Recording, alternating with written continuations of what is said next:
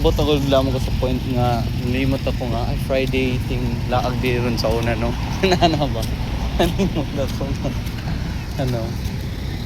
Tinglaag sa.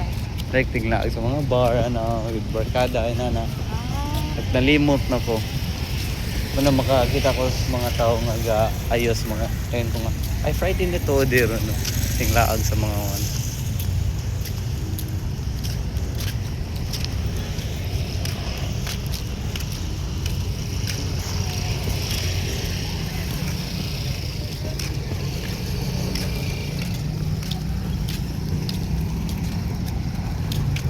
parang nako, lingaw man ang ina ng life, but kung gihuna-huna lang ron sa age na to, may prone kay ka ganun. Sensitive na kaya tong health ba. True.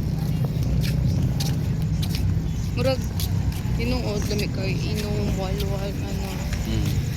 Kaya mura man na siya, ano, makakatag o high nga feeling. True. But ang effect long term kay ikod goods.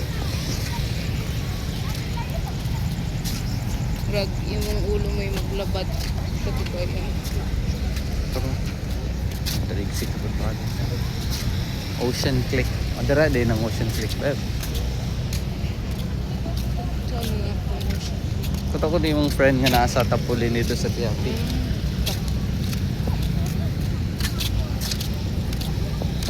Kasi nga lang ito, Wednesday. Yes.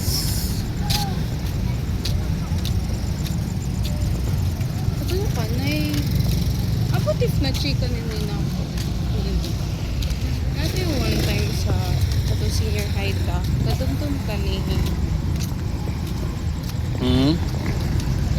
sa kay ano ni Angela. Katong ni karate ni mo nga. Ag igagaw ni Mark. Oh, kato siya.